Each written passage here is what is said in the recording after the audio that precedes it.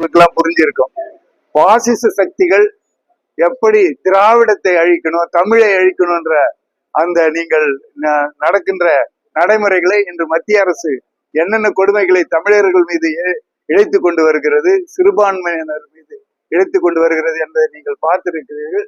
ஆகினால அவருடைய ரெஸ்பான்ஸை நீங்க பாருங்க, அவருடைய அரசியலை பற்றி நாம் புரிந்து கொள்ளலாம். இப்போ கூட்டணி, இந்த கூட்டணி ஒரு தேர்தலுக்கான கூட்டணி கிடையாது. இது ஒரு முக்கியமான ஒரு கடமையான கூட்டணி. நாம் ஒரு பாசிச சக்தி எதிர்க்கின்ற ஒரு கூட்டணி.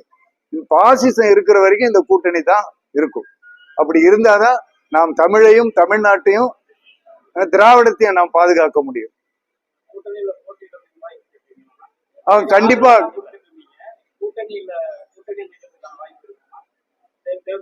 கண்டிப்பா கண்டிப்பா. என்னன்னா இப்போதைக்கு தலைவர் ஆணைப்படி நாங்க கூட்டணியில தான் இருக்கோம். கூட்டணியில இருந்தா கண்டிப்பா தேர்தலில் போட்டியிடுவோம்.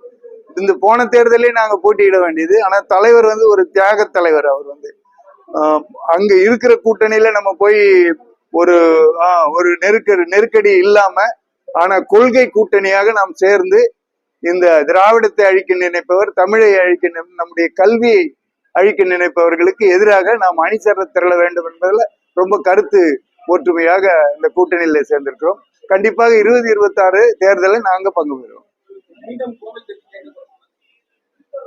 பாராளுமன்றத்து கோவை தேர்க்கா எங்களுக்கு அது ரொம்ப முக்கியமான தொகுதி தான்.